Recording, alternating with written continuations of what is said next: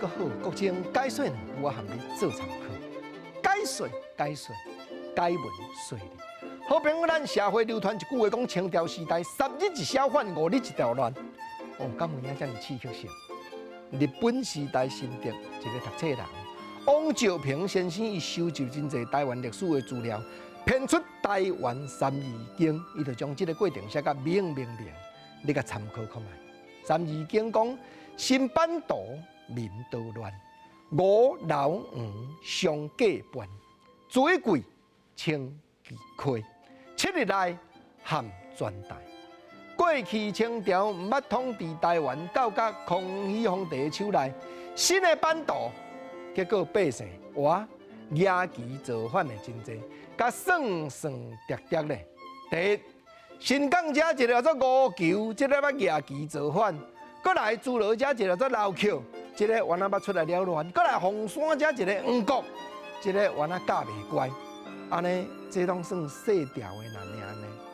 汪兆平《台湾三字经》写了明，讲若真正呢有够力大尾，就是水贵。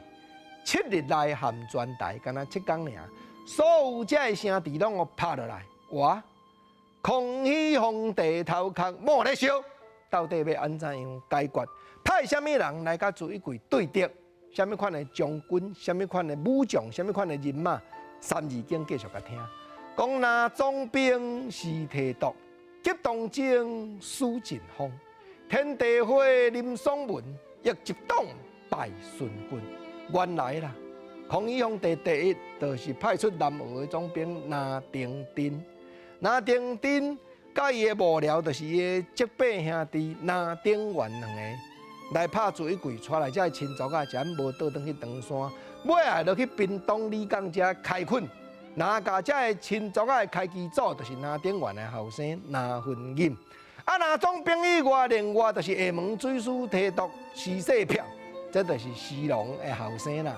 两个东征了水柜抹平，结果我经过一站时间算换，天地会林爽文起来反，起来乱，安尼有影印证讲3年一小反，5年一大乱。啊，国政是要招你探讨。100年前的读册人，就编辑了《台湾三字经》咧讲台湾历史，值得咱的子弟来学，值得咱的子弟来读正台湾本土的三字经。到即阵还阁真有价值。